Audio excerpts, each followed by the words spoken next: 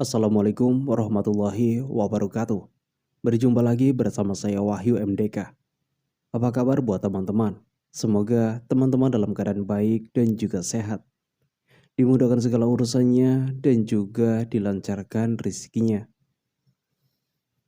Sebelum lanjut ke cerita, saya selaku admin tim MDK mau menyampaikan berita duka atas meninggalnya rekan kami, yaitu Andri Putra dan juga dua saudaranya, Aryo dan juga Henry, dalam tragedi Stadion Kanjuruhan kemarin. Mereka bertiga menjadi salah satu korban dalam tragedi tersebut. Saya memohon untuk kerendahan hatinya agar teman-teman semua mau mendoakan Andri agar diampuni segala dosa-dosanya dan diterima semua amal ibadahnya.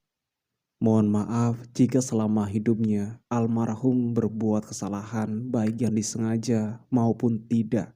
Dan semoga kasus ini dapat segera terselesaikan dan juga diusut. Mohon luangkan waktu sejenak untuk mendoakan Andri ya teman-teman.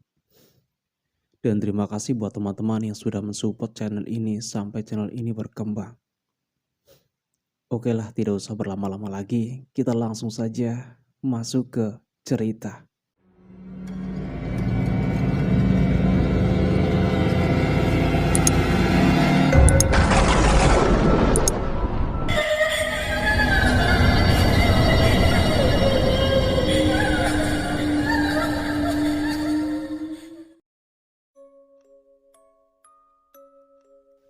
Cerita ini ditulis oleh Simple Man, dan cerita ini diambil dari pengalaman seorang perempuan bersama saudarinya. Ia mengalami batas kengerian yang selama ini menjadi borok di dalam keluarganya. Mereka tidak mengetahui hal ini sampai akhirnya terbongkar semua bahwa ada sesuatu yang mendekam di dalam rumah mereka. Bila saya luput dan teledor karena tidak sengaja menyebutkan clue tempat dan lain sebagainya, tolong disimpan untuk diri sendiri saja ya. Thread ini suatu waktu bisa saya hapus bila sudah dirasa tidak nyaman bagi saya sendiri. Ini bagian janji saya karena cerita ini sangat sensitif. Untuk pembuka cerita ini adalah narasi saya bersama kontributor saya sebelum mulai masuk ke inti cerita. Waktu itu hari sudah mulai petang.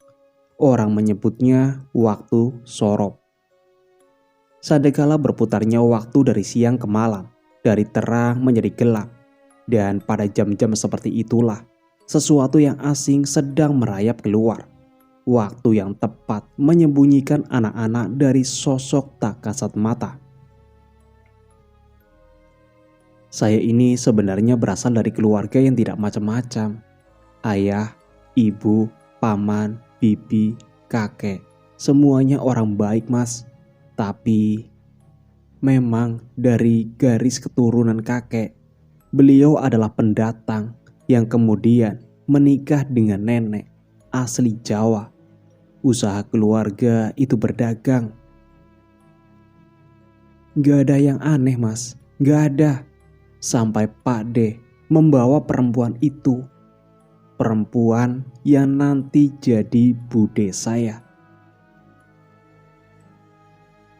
Saat itu Hanif masih duduk di bangku SMP kelas 3. Setelah sholat bersama keluarga, mereka menuju ke pawon atau dapur. Di sana ada meja makan tempat anggota keluarga berkumpul. Hanif menjadi yang terakhir datang. Namun saat dia akan duduk, bapak melihat ke arahnya. Dok, Pak Demu belum pulang. Tolong panggilkan budemu. Sudah waktunya untuk makan ya. Hanif terdiam lama. Ia seperti melamun. Namun kemudian gadis kecil ini mengangguk, berjalan lalu pergi. Kamar Pak D berada di sisi kanan bila berjalan dari arah dapur. Langit sudah gelap. Terlihat dari celah-celah gunting tua. Gadis kecil ini lagi-lagi melamun. Ada perasaan ragu. bagian yang paling tidak disukai dari rumah ini adalah kamar milik Pak D. Apalagi harus masuk. Hanif sudah berdiri di muka pintu kayu. Ia terdiam di sana, memandang tuas pintu untuk beberapa saat sebelum memberanikan diri untuk mengetuk. Tok, tok, tok. Tak ada jawaban. Bude, ini Hanif. Sudah waktunya untuk makan. Tapi masih tetap tidak ada jawaban. Mungkin Bude sedang tidur, pikir Hanif waktu itu. Namun dari dalam ia mendengar nafas mendengus, seperti mengeram. Anehnya, meski terdengar kasar, namun sejatinya suara itu begitu halus, seperti masuk ke telinga dengan cara lembut. Hanif berhenti. Ia lalu mendorong pintu perlahan kamar Bude.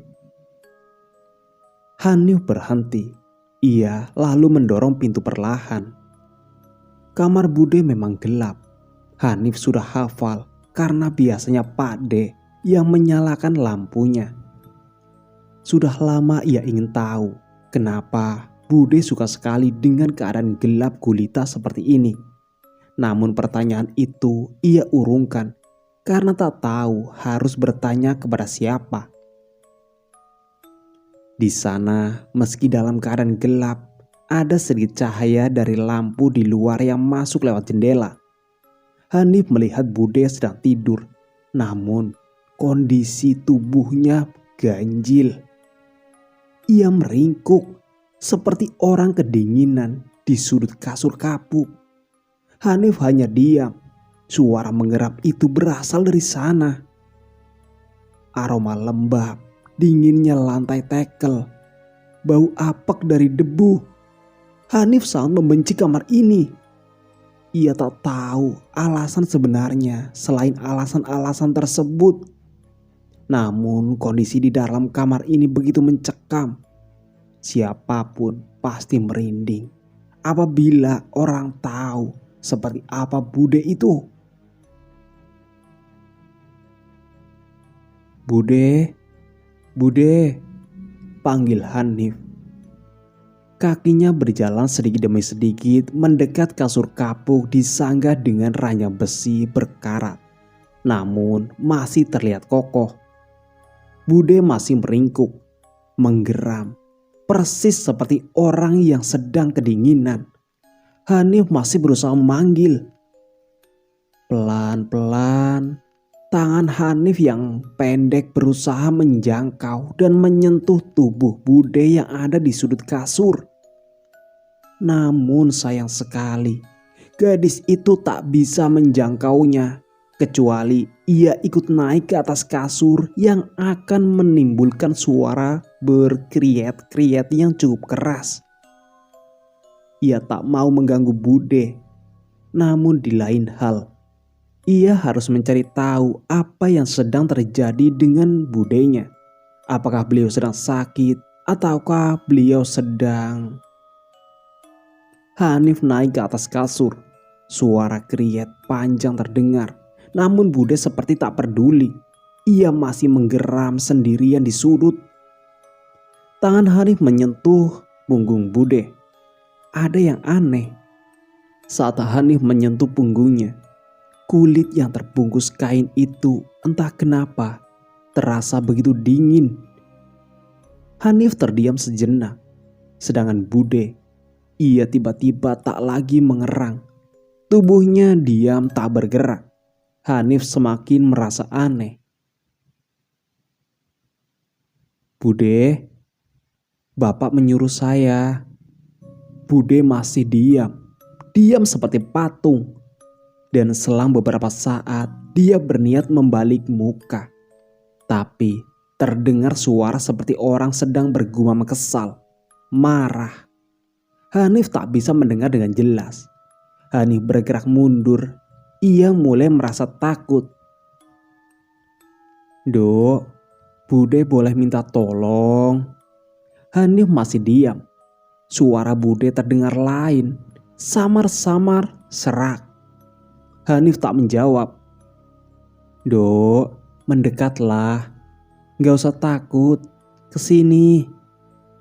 Hanif yang mematung di atas kasur lalu tergiur.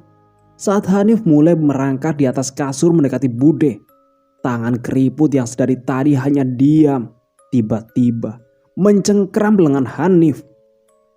Tapi sebelum melihat wajah Bude, telapak tangan seseorang tiba-tiba menutup mata Hanif. Ia menarik Hanif sebelum menggendongnya menjauh. Hal yang terjadi selanjutnya adalah Hanif melihat Pak D menutup pintu kamar. Ia bilang, Bude sedang tidak enak badan, jadi dia belum bisa bergabung dengan yang lain. Pak D meminta Hanif agar kembali dengan yang lain, sementara beliau sendiri kemudian masuk ke dalam kamar. Sesaat sebelum pintu tertutup, Hanif bisa melihat wajah Bude dengan raut wajah keriput, serta rambut yang panjang acak-acakan. Sedang melihat Hanif melotot, namun ia tersenyum menyeringai. Persis seperti wajah nenek-nenek di film-film setan. Tapi Hanif tidak pernah menceritakan kejadian ini. Simpang siur tentang keanehan Bude sebenarnya tak hanya jadi perbincangan keluarga, tapi tetangga-tetangga desa. Pernah ada 2 orang warga yang saat itu sedang jaga malam. Saat melewati di area kuburan, mereka mengaku melihat seorang wanita bergaun putih berjalan sendirian. Takut terjadi hal-hal yang tidak diinginkan, mereka pun mengikuti. Kebetulan hari itu ada warga sepuh yang baru saja meninggal. Entah bagaimana, di salah satu kuburan mereka menemukan wanita itu sedang berjongkok. Posenya terlihat seperti sedang berdoa. Merasa ada yang janggal, mereka pun berjalan mendekat. Menghindari kesalahpahaman, 2 orang warga ini sepakat berjalan pelan, berusaha tak menimbulkan suara sambil memutar agar bisa melihat siapa dan apa yang sedang dilakukan oleh seorang wanita malam-malam seperti ini. Saat itulah mereka yakin bahwa wanita yang ada di kuburan adalah Bude. Bude sedang berjongkok, sedangkan kedua tangannya menjemput tanah kuburan, lalu memasukkannya ke dalam mulut. Melahapnya seolah-olah itu adalah nasi putih di atas sebuah piring.